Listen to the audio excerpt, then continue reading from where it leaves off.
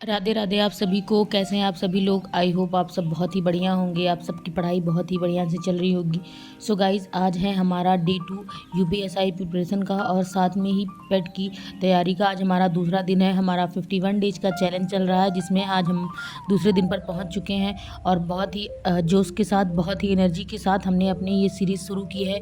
आप सभी लोग भी लग गए होंगे अपनी पेट की तैयारी करने में। स्पेशली बहुत कम टाइम बचा है, अचानक से नोटिफिकेशन आ गया तो कम टाइम बचा है, तो हमें लग करके 51 दिनों में अपना दोनों सिलेबस यानी यूपीएसआई का सिलेबस और पेट का सिलेबस कंप्लीट करना है।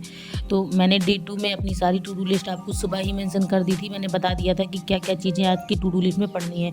आई होप्स आप सभी पढ़ चुके होंगे, कुछ लोग आधा पढ़ चुके होंगे और कुछ लोग अभी या शुरुआत कर रहे होंगे, या जैसे जिसने अपना टाइम टेबल सेट किया होगा वो वैसे पढ़ रहा होगा।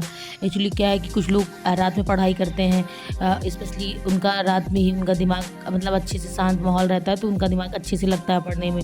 और कुछ लोग क्या करते हैं, लाइब्रेरी जाके पढ़ते हैं, कुछ अपने घर पे ही दिन में पढ़ रहे होंगे। तो आप सभी का अपना अलग अलग शेड्यूल होगा, अपना अपना टाइम टेबल होगा।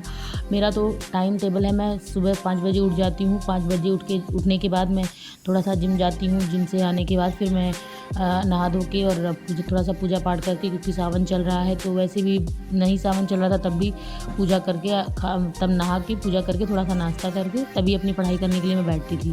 तो इस सावन चल रहा है तो थोड़ा और अच्छे से पूजा पाठ बढ़िया से करके और नाश्ता करके फिर मैं बैठ जाती हूँ पढ़ने। फिर अब थोड़ी देर पढ़ाई करके अपना, क्योंकि मेरा सबसे ज़्यादा वीक पॉइंट मेरा मैथ्स है, तो इसलिए मैं मैथ्स से ही शुरुआत करना चाहती हूँ हमेशा कि मैथ्स से शुरू हो। लेकिन कभी कभी मन नहीं करता है तो मैं अपना, जैसे आप मैंने हिंदी में जो रखा है उसको पढ़ लेती हूँ, या मेरा इकोनॉमिक्स में जो है, स्टैटिक में जो है वो सारे पोर्शन पढ़ लेती हूँ मैं। और मैं डेली 9 बजे 9:30 बजे के बीच मैं आपको नोटिफिकेशन दे दूँगी कि मैं 9 साढ़े 9 बजे के बीच आपको स्टैटिक जीके का एक टॉपिक रिवाइज़ करवाती हूँ। तो अगर आप सभी मेरे साथ रिवीजन करना चाहते हैं तो 9 बजे आप मेरे साथ लाइव आ सकते हैं। मैं स्टैटिक जीके का एक टॉपिक लेकर, चाहे वो इम्पॉर्टेंट डेज़ हों, चाहे अंतर्राष्ट्रीय संगठन हो, चाहे जो है वो पुस्तकें हों, पुरस्कार हों, कुछ भी एक टॉपिक पकड़ती हूँ और उसको पूरा अच्छे से पढ़ती हूँ, रिवाइज़ करती हूँ। और तो साथ साथ क्या करते हैं, आप भी नोट्स बना सकते हैं या केवल मेरे साथ बैठ के आप रिवीजन कर सकते हैं। तो स्टडी विद मी करके मैं 9 बजे अपना लाइव में आती हूँ, जिससे आपका और मेरा दोनों का बेनिफिट हो जाता है। इससे क्या होता है कि मैं भी अपना साथ साथ पढ़ लेती हूँ और आपको भी एक बार रिवीजन हो जाता है, तो ये बेस्ट रहता है। तो आपको भी करना है। टू डू लिस्ट में देखिए मैंने सारी चीज़ें आपको बता दी हैं कि आज का क्या है। स्टैटिक जीके को भी कवर कर रखा है, इकोनॉमिक्स, जियोग्राफी, क्योंकि अगर हम किसी चीज़ को छोड़ देते हैं तो हमारा नुकसान होगा बाद के लिए, क्योंकि अब बाद के लिए तो टाइम नहीं बचा है। तो आपको साथ साथ ही इकोनॉमिक्स और जियोग्राफी को लेकर चलना पड़ेगा, वो सब भी बहुत इंपॉर्टेंट है। इकोनॉमिक्स पेट में बहुत अच्छे से पूछा जाता है, तो इकोनॉमिक्स पेट में भी इंपॉर्टेंट है और यूपीएसआई के लिए भी इंपॉर्टेंट है।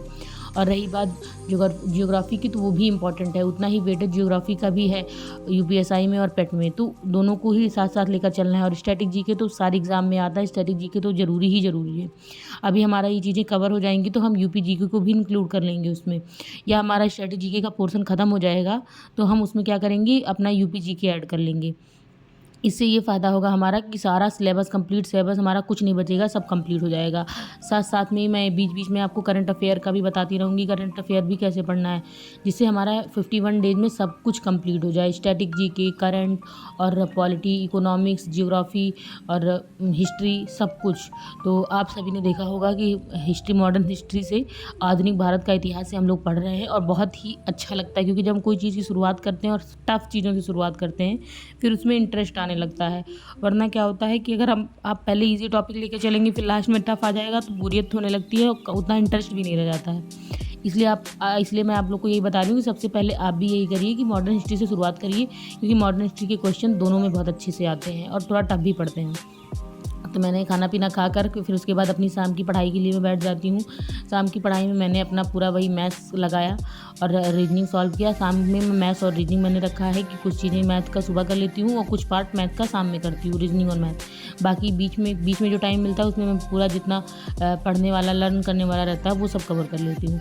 और देखिए मेरी वॉल थोड़ा खाली खाली लग रही है, तो मैं सोच रही हूँ इसमें मैं ला करके एक इंडिया का मैप या वर्ल्ड मैप ला के लगा दूँ, जिससे थोड़ा देखने में भी ठीक लगेगा। क्योंकि क्या होता है कि देश के नाम भूल जाते हैं कि फर्स्ट सेकंड थर्ड पे क्या है, ऐसे ऐसे दिमाग में रहेगा ना, देखती रहूँगी या उस पर भी लिख लूँगी तो दिमाग में रहेगा। तो मैं सोच रही हूँ कि ला के अपना चार्ट लगा लूँ। तो मैं आज या कल में अपना चार्ट लगा लूँगी, आपको दिखेगा और थोड़ा देखने में भी अच्छा लगता है और समझ भी आता है कि अगर आप ऐसे देख रहे हो अचानक से आपकी नज़र पड़ी तो याद हो जाता है वो चीज़ें, तो ये बेस्ट रहेगा।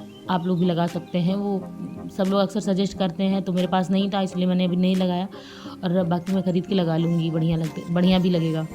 तो उसके बाद जो है मैथ में और हमारा टू डू लिस्ट आपने देखा ही होगा कि रैंकिंग टेस्ट हमने आज कर रखा है।